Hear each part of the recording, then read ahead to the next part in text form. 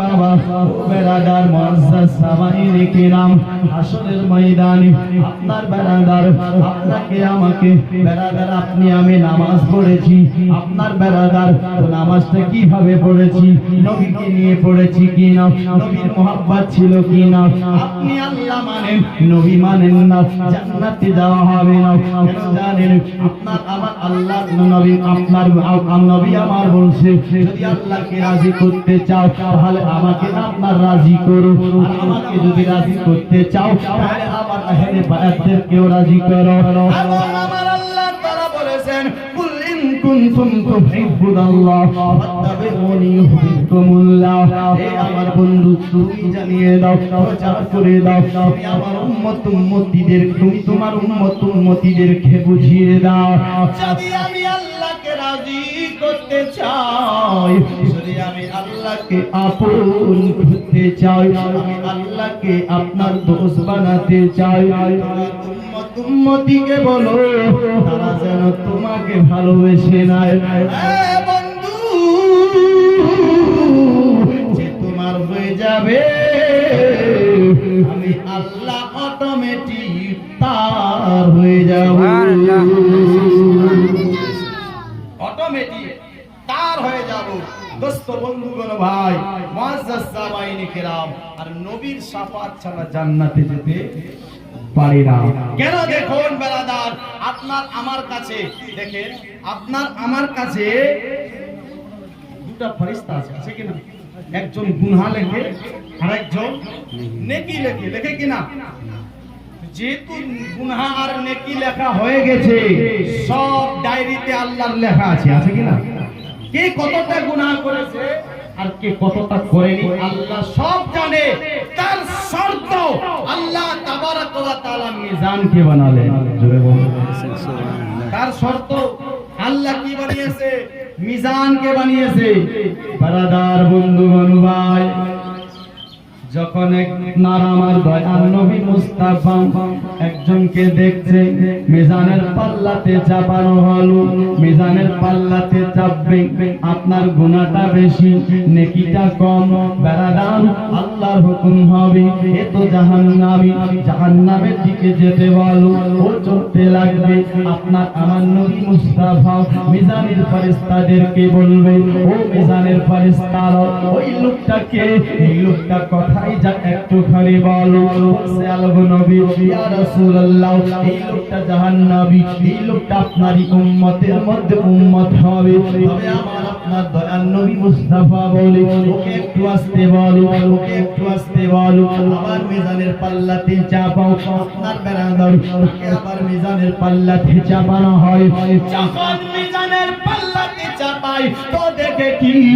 আপনার যেন বেরাদার নেকি পাল্লাটা ভারী আর গুনার পাল্লাটা আপনার ভারী নেকির পাল্লাটা হালকা হয়ে গেছে আপনার আমার নবী মুস্তাফা কি করে জানেন ওই লোকটার পাল্লাটার মধ্যে আপনার একটা পকেট থেকে সাদা কাগজ আপনার রেখে দেয় নেকির পাল্লা ভারী হয়ে যায় গুনার পাল্লাটা হালকা হয়ে যায় ফেরেশতারা বলছে কি জানো আল্লাহ কোন কি হবে বলে দেরি আর কি তাকে জান্নাতের হুকুম দিয়ে দাও জান্নাতে পাঠিয়ে দাও জান্নাতের দিকে যাবে দ্বিতীয় বান্দাটাকে আল্লাহ উঠাবে ফেরেশতা যখন উঠায় আপনার আমার নবী মুস্তাফা দেখবে দেখছেন আপনার কি আপনার এই গুনাহটা আপনার বেশি নেকিটা আপনার কম আপনার আমার দয়ার নবী মুস্তাফা সাল্লাল্লাহু তাআলা আলাইহি সাল্লাম আবার কি করবে নিজের শাহাদাতের উংলিটা ঢেলে আপনার নেকির পাল্লাটা আবার যেন ভারী করে দেয় দোস্ত বন্ধুগণ ভাই নেকির পাল্লা আবার ভারী আবার তিনি জান্নাতি সাহাবারা ডিউটি বন্ধ করে দেবে সাহাবারা সবাই চুপ হয়ে গেছে আমার আল্লাহ বলছে ফেরেশতারা আপনার ডিউটি বন্ধ করে দিয়েছে আমার আল্লাহ তাবারক ওয়া তাআলা বলছেন কি জানো ও ফেরেশতারা ব্যাপারটা কি কারণটা কি তোমরা ডিউটি কেন বন্ধ করে দিলে একবার বলো বলছেন আল্লাহ কেমন করে ডিউটি করব আমরা ডিউটি করছি কিন্তু তোমার বন্ধু তো জাহান্নামী ব্যক্তিদেরকে জান্নাতি বানিয়ে দেয় সুবহানাল্লাহ আল্লাহ তাই আমরা চাই আপনার এত কষ্ট না করে এইভাবে আপনার মিজানের পাল্লাতে না চাপিয়ে সবাইকে জান্নাতি বানিয়ে দিন। আমার আল্লাহ বলছে মিজানের ফেরেশতারা তোমরা কি জানো না আমি প্রত্যেকটা বান্দার কাছে দুটা করে ফেরেশতা দিয়েছি, একজন নেকি লেখে একজন গুনাহ লেখে। আপনার আমার ডায়েরিতে তো সব লেখা আছে, কোনটা লোক কতটা গুনাহ করেছে, কোনটা লোক কতটা নেকি করেছে, আমি আল্লাহর কাছে সব কিছু লেখা আছে। তার শর্ত আমি কি করেছি, আমি আপনার মিজানের পাল্লা বানিয়েছি কারণ একটাই, যারা আমার গুনাহগার বান্দা আমার বন্ধুর আপনার আসি, আমার বন্ধুর দেবানা আমার বন্ধু তাদেরকে শাফাআত করে করে জান্নাতে নিয়ে যাবে। আমি তো এই জন্যই মিজান বানিয়েছি, না হলে তো আমার সব কিছু আপনার জানা আছে। নাই আল্লাহ জানা না,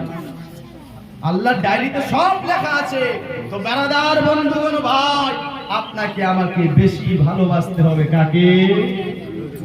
নবীকে। নবীর সঙ্গে মুহাব্বত রাখতে হবে। আল্লাহকে মানবো নবীকে মানবো না তো বেরাদার লাভ কিছু হবে না। বেরাদার আজ এই দুনিয়ার আর শিক্ষা দিয়েছেন তো আপনার আমার নবী দিয়েছে। আল্লাহকে কি আপনার কে চিনতো? বেরাদার আল্লাহকে তো কেউ জানতো না। আল্লাহকে এক আল্লাহ আমরা জানি, এই নবীর ওসিলায় জানি। জোরে বলুন সুবহানাল্লাহ। আজ আপনার বেরাদার নামাজ পেয়েছি তো নবীর ওসিলায় পেয়েছি, রোজা পেয়েছি তো নবীর ওসিলায় পেয়েছি, দুনিয়াতে যাহা কিছু পেয়েছি তো নবীর ওসিলায় পেয়েছি। কেন? যে নবীকে যদি না বানাতো আল্লাহ আসমান জমিন চন্দ্র সূর্য নক্ষত্র গ্রহ তারা কিছুই বানাতো না। বানিয়েছে তো আমার নবীর ওসিলায় বানিয়েছে। জোরে বলুন সুবহানাল্লাহ। দেখেন সময় আপনার বেশি, আপনার লম্বা করে আমার লাভ হবে না। তাই দুটা ছন্দ আমি আর পড়ছি, পরে তারপর আপনার আমার বক্তব্যকে এটি করছি। একবার সবাই মুহাব্বতের সাথে আরো বলুন সুবহানাল্লাহ।